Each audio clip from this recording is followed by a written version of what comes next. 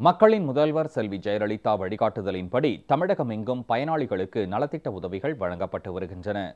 திருவாரூர் மாவட்ட ஆட்சியர் அலுவலகத்தில் உழவர் பாதுகாப்பு திட்டத்தின் கீழ் கல்வி உதவித்தொகை, திருமண உதவித்தொகை மற்றும் வடகிழக்கு பருவமழையால் உயிரிழப்பு, கால்நடை மற்றும் சேதமடைந்த வீடுகளுக்கு நிவாரணத் தொகை எனும் பிரிவுகளில் சுமார் 1700 பயனாளிகளுக்கு 39 லட்சம் ரூபாய் மதிப்பீட்டிலான உதவித்தொகைகளை அமைச்சர் திரு ஆர் காமராஜ் வழங்கினார்.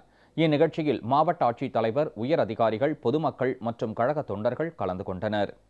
திருவண்ணாமலை மாவட்டம் செய்யாறில் நடைபெற்ற விழாவில் சமூக நலத்துறை மூலம் 909 பயனாளிகளுக்கு 3,62 லட்சம் மதிப்பீட்டிலான திருமண நிதியுதவி மற்றும் தாலிக்கு தங்கத்தை அமைச்சர் திரு முக்கூர் என் சுப்பிரமணியன் வழங்கினார். இதில் பெருமளவிலான பெண்கள் மற்றும் பொதுமக்களும் கழக தொண்டர்களும் கலந்து கொண்டனர். கன்னியாகுமரி மாவட்டம் தோவாளையில் நடைபெற்ற விழாவில் தலா 4 ஆடுகள் வீதம் 100 பயனாளிகளுக்கு விலையில்லா ஆடுகள் வழங்கப்பட்டன.